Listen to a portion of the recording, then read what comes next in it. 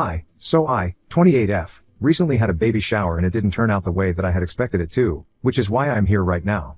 So for context, I have an older sister, Rebecca, 32F, and she's kind of been the golden child all her life. She was kind of great at everything growing up, academically, or even otherwise. She was that one kid who excelled in everything that she did, and everybody else got compared to her, including me. My parents always used her to set the standard for me and it was a lot of pressure. I'm not gonna lie because I don't think I was cut out for the same kind of things that she had already done. I was not bad when it came to academics but I was not really good at certain subjects, like science, and just because of that, my parents thought I was dumb or whatever. They never said it to me, but I could see that they were disappointed that I was not like my sister. Anyway, my sister went to medical school and I decided to get a degree in business because that's what my eventual goal was and I had absolutely no interest in doing whatever my sister did. Rebecca also had a pretty big head and that's why we never really got along, since the sibling gravity was too intense. She was very arrogant and egoistic, and I always felt like even if I was good at something, she would not be able to stand it. For instance, I was a great dancer and I still am, but she didn't like that because that was one thing that she was not good at, and every time I achieved something, she would make a face and try to make the day all about herself as well. As if it was not enough that every other day was about her as well. Anyway, our parents tried to treat us equally and make it seem like it was all I knew, deep down, that they were more proud of my sister than me. We had a lot of problems growing up, but we sort of started being civil to each other once we moved out and after high school ended. We have mainly just tried to be cordial with each other. We meet during the holidays and stuff. I know that she still doesn't like me and honestly, it's the same with me for her, but anyway, it doesn't matter to me that much anymore. But I guess it still matters to her a lot because she still can't stand not being the center of attention at every given moment. She is still an overachiever, but I guess the only thing that I have surpassed her in is when it comes to relationships. Honestly, I didn't even think it was something that we were competing in interpersonal relationships. Well, quite personal. I don't think that is something that I consider an achievement. I guess she's not cool with the fact that I am married and on the way to having my first child, even though I'm younger than her. My husband, Rick, 30M, and I have been together for almost 3 years now. We got married 1 year ago and just 2 or 3 months after our wedding, we got to know that we were pregnant. We were thrilled, naturally, and announced it just a few weeks after that. My parents were very happy for me and I honestly have a good relationship with them now. We had spoken about certain things after I had graduated from college and I had let them know that my childhood had not been a particularly easy one, no matter how hard they tried to cover it up. They had always used my sister as an example to set the standard for me, and it had put me under an immense amount of pressure, which I communicated with them after I had graduated from college and they actually apologized to me. They said that they were sorry for treating me that way and that they hadn't even realized that they were making unfair comparisons. They told me that they loved both of us equally and promised me that they would try to make it up to me and be better parents. I did not know what to think about it back then after we had that conversation, but they have genuinely tried to be there for me after that, and ever since then, we have had a good relationship. So I don't have any bad blood in everything that happened in my childhood, I've put it in the past.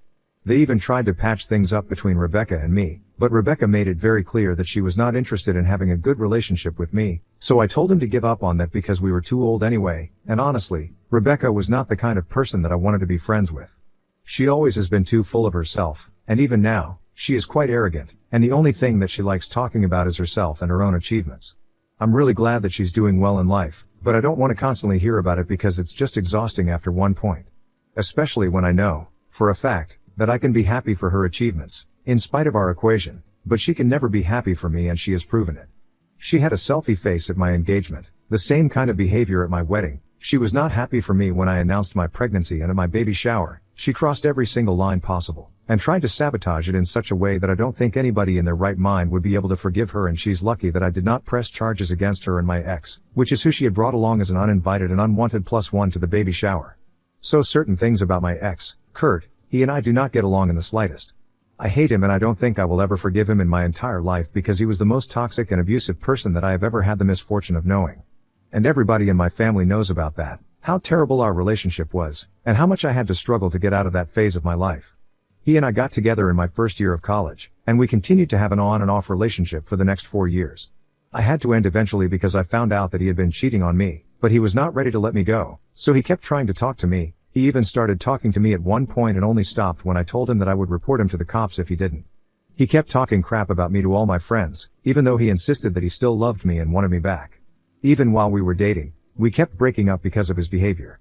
He was always a little suspicious of me, and every time that he would see me talking to somebody else or going out to places without him, he would accuse me of cheating or not being as invested in the relationship as he was.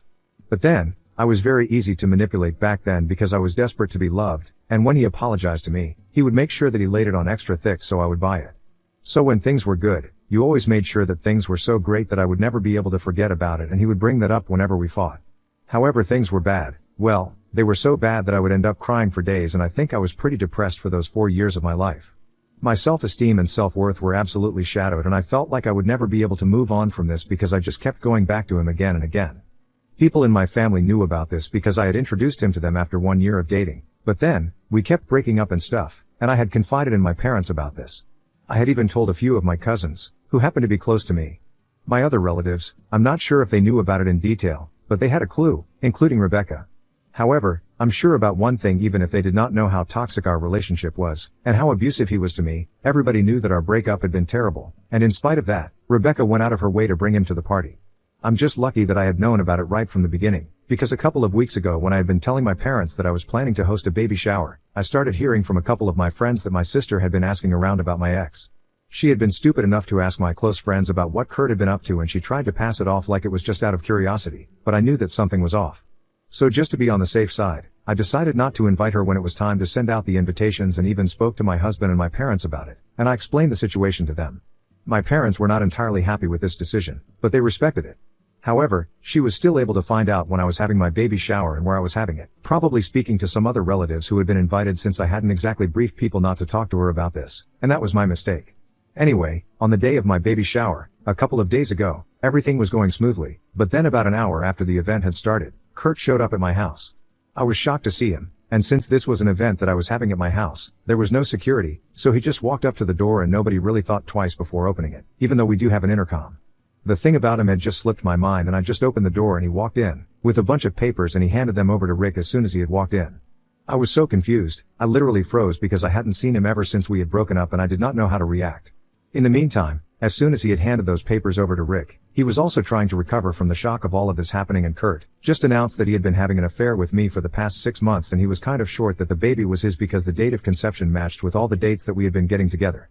So now, he was here to demand his right as a father, and when the baby was born, if the paternity test proved that the baby was his, he would be getting partial custody as well. He accused me of avoiding him for the past couple of weeks, and not having an answer for him, even though he had said that he wanted to be a part of the baby's life. And then, he told me that he did not want to do things this way, but I was the one who had forced his hand, apparently. Then he walked out of our house, leaving us all in shock because obviously, none of the things that he had accused me of were true in the slightest. After that, it was completely chaotic because I had a breakdown because I was afraid of what people might say after that. Even though I knew that it was not the truth, Rick knew, and so did my parents. Luckily, nobody believed a word of anything that had been said, and even the papers, which were just printouts of alleged conversations that we had had, which were all fake, that Kurt had left with Rick, were all kept aside, and everybody came to my side to comfort me because I was crying so hard. I don't really remember much of what happened after that, only that I was crying a lot, and I couldn't even speak to anybody, so I had to go to my room to calm down, and I ended up crying myself to sleep, because when I woke up, it was almost midnight, and everybody had left already.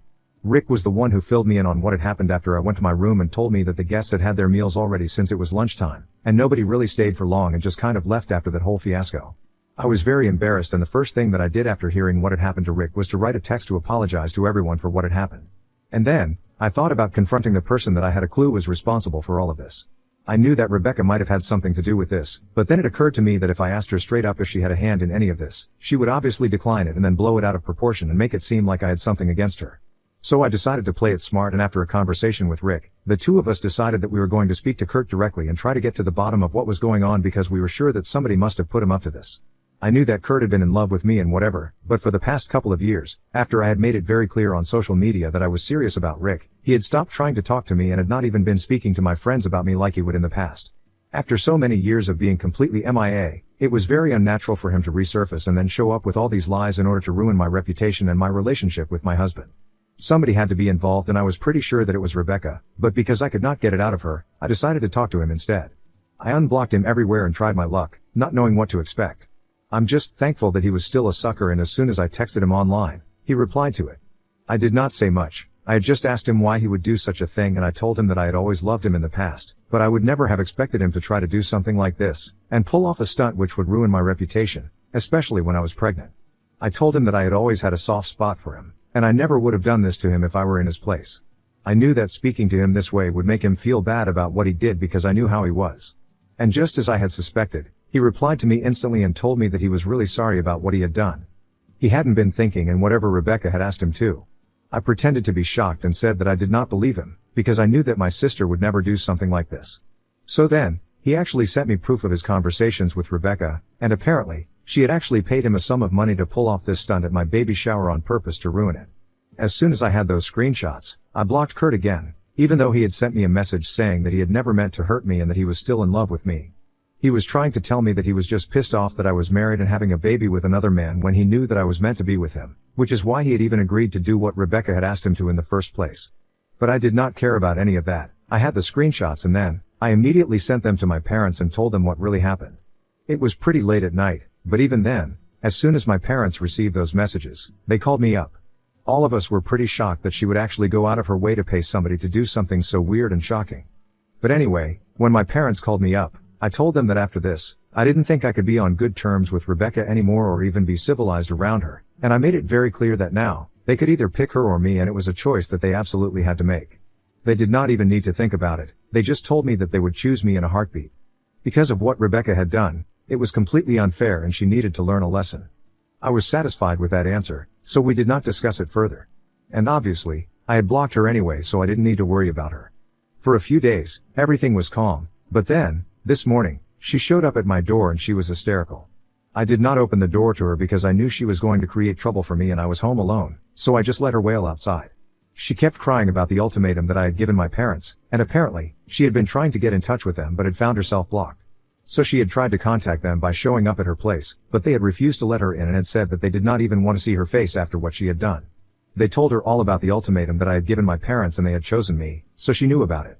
They had told her to go away and instead of just going home, she had come straight to my place to beg me to fix this and was apologizing profusely.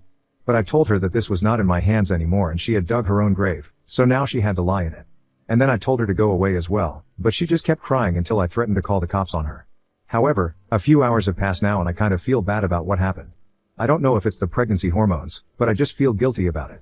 Ida for making my parents choose between my sister and me? Update 1. So, thank you so much for all the supportive comments. I guess I was the hormones after all because it has been 2 days and I really feel differently about the situation now. I guess I was just taking it all on myself because I was feeling very stressed out due to the way she was crying at my doorstep. I was not used to that so I started feeling guilty, just like any other human being would. Anyway, I've spoken to my parents and they told me that she has not tried to get in touch with them so far after they had told her about the ultimatum and the choice that they had made. Once again, while we were talking, they apologized to me for everything that had happened in the past, and they said that it was their own fault that she was acting like this because the bar had been set too high, and she was not used to not being the center of attention all the time, which is why she was acting crazy. There was also the fact that she had been through a really bad breakup around the time that I announced my pregnancy, which I was not aware of. Her boyfriend of almost 2 years had dumped her because he wanted to work in another state and she wanted to try the long distance thing, but her boyfriend had refused and broken up with her because it was too much work. So, she was naturally devastated, and it explained a lot of things, like why she was so bitter that I was doing so well in my life when it came to relationships. Honestly, like I had said in my original post, I had never competed in these things. Career-wise, and in academics, maybe, but I just did not ever see the point of competing when it came to how well we were doing in our love lives because that would just be unhealthy and toxic. Even more so than the competition that we already had going on between ourselves. Anyway, after getting to know all of this from my parents, I did have a bit of sympathy for her, but then I remembered that she had literally paid my abusive ex-boyfriend to show up at my baby shower and accuse me of cheating on my husband with him. I mean, that was just straight up psychotic and I'm sorry, but I don't think any breakup, no matter how bad it is, can excuse behavior like that. So I think it's perfectly fair for me to ask my parents not to speak to her again if they want to have contact with me. My parents also told me that, even if I had not given them that ultimatum, they still would have stopped talking to her because the way she had been acting was just not acceptable. They told me that when she had shown up at their doorstep, and they had told her that they did not want to speak to her, she had not been crying as she had been with me. When she visited me, she was devastated and was crying a lot, but before that, with them, she had just been very angry and had been screaming at them at the top of her lungs. She had basically been accusing them of treating her like she was a loser, just because she was not married and did not have a baby yet and constantly acting like they were disappointed in her, and she could see that. Even though I don't think my parents were acting like that, they were still pretty proud of her because honestly, she was a doctor. It did not matter to them if she was married or not, and they were not so narrow-minded either. My parents were just proud of me for different things and it was completely fine, but she had just assumed that just because my parents were proud of me, she was no longer going to be in the limelight. And that's what had pissed her off so badly because she believed that just because they were treating me well, it meant that they no longer loved her and she was not the golden child anymore. That was kind of my parents because they had treated her differently in my childhood, so it had an unrealistic expectation from everybody. Anyway, she had actually acknowledged and admitted to these things, that she believed that my being treated well was a sign that they were less proud of her now, just because I got knocked up. Those exact words that she had used, and that was the limit for my parents, after which they had told her to go away, and then she had come to me. Once my parents had discussed all of this with me, we came to the realization that all of us had done the right thing, and now, I really don't feel guilty anymore. Because obviously, paying my ex-boyfriend to pull off a stand like that at my baby shower just to harass me while I was pregnant because she was jealous of me, was not acceptable in the slightest. And then, she was not even sorry about it until she realized that our parents were not going to speak to her, and if it took her that much to feel sorry about her actions, I don't really think she was genuinely sorry anyway. So the bottom line is, that she has been cut off from the family, and we are even going to tell relatives that if they speak to her, they better not speak to me because I just don't want any drama anymore. Update 2. Hey, so last week, Rebecca had shown up at my door and was trying to apologize to me, and that's when I made that post. After that, she did not really talk to us because we had made it very clear to her that we did not want anything to do with her. We had even spoken to a bunch of our relatives and had said that she was not going to be invited to any of our events, and we would prefer that she not be invited to any other family events in the future either, at least until I was fine with whatever had happened, and I had even explained my reasons and told everyone the truth about what she had done and why my ex-boyfriend had shown up at my baby shower that day. Everyone was pretty scandalized and agreed to not keep in touch with her, and that was that. So since then, nobody had heard from her, but today, my husband called me up while he was at work. And that's pretty unusual since Rick is very devoted to his work and he's quite a busy man, so he doesn't really call when he's at work, and I know that he's usually caught up and so I don't call either. But today, he called me in the middle of the day, and I was pretty concerned, so when I answered, I knew that something had happened. He told me that Rebecca had apparently shown up at his workplace to speak to him and was refusing to leave, even though he had told the receptionist that he did not want to see her right now. However, she was just sitting in the lobby and refusing to go away, so now it was becoming very embarrassing for him. He told me to do something because he had an important meeting with a client coming up, and so, I decided to unblock her and speak to her, just to get her out of there. I also happen to know the receptionist at his office, and I texted her saying that if she doesn't leave after the phone call with me, they should just call security and have her escorted out. She does not deserve special treatment just because she is related to me, and she should be treated just the same as anybody else in her position would have been. So I tried to speak to her on the phone and explained to her that what she was doing was very embarrassing for all of us as a family, and it reflected poorly on her as well, so she needed to get out of there because she was not entitled to disturb my husband at his workplace since he was not even involved in any of this. This was between me and her and the rest of our family, and he had nothing to do with any of that. But she refused, saying that she believed that my husband would be able to make me see sense. And then we had a bit of an argument, after which I realized that it was pointless to try and speak to her, she was just too stubborn. So I told the receptionist at my husband's office to have him escorted out, and eventually, that's what had to be done because she was just refusing to get out and was throwing a tantrum in the lobby and demanding to see, even when she had that he was in a meeting, several times. She's just lucky that she did not get arrested because of us. We might hate her, but we don't want her to get arrested. But that would fix her, I think. Anyway, that's what happened today, and I'm honestly so sick of this. Update 3. A lot of people in the comments section suggested that we get a restraining order against her, and I really think that's good advice. So Rick and I have spoken to a lawyer, and in a couple of days, we are going to file for a protective order against Rebecca, and hopefully, it is going to come through. I have also spoken to my parents about it, and they think that it's the right move, especially after what happened with Rick at his workplace. If she's willing to go to such levels, there's no telling what she might do next, and with a restraining order, we might not be able to guarantee that she will never show up around us or try to endanger us again, but at least we will have the safety of knowing that if she tries to do anything, we can just have her arrested, and that might scare her off.